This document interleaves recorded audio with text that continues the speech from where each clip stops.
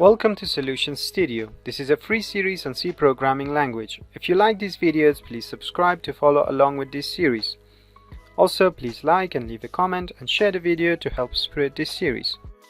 Hello and welcome to this episode, and in this episode we discuss the default case in a switch statement.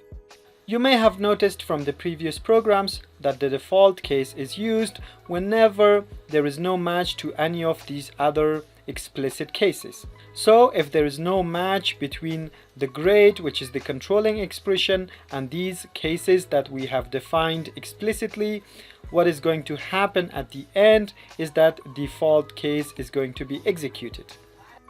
Well, it's always recommended and it's always a good idea to include a default case, because the default case will handle cases that are not explicitly defined. And it will also help you to draw your attention to the fact that you need to handle exceptional cases.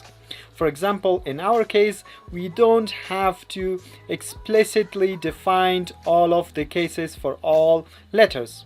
In fact, if the case was not A or B or C, all the other letters can be handled with this default case. Or maybe in some cases you might not need a default processing at all.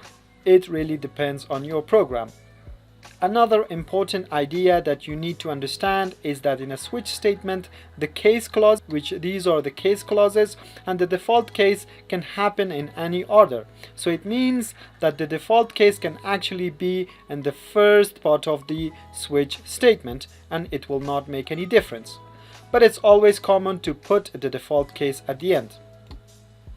When you have the default case at the end, you don't need this break statement, because this break statement, it doesn't really matter because switch statement is going to end anyway.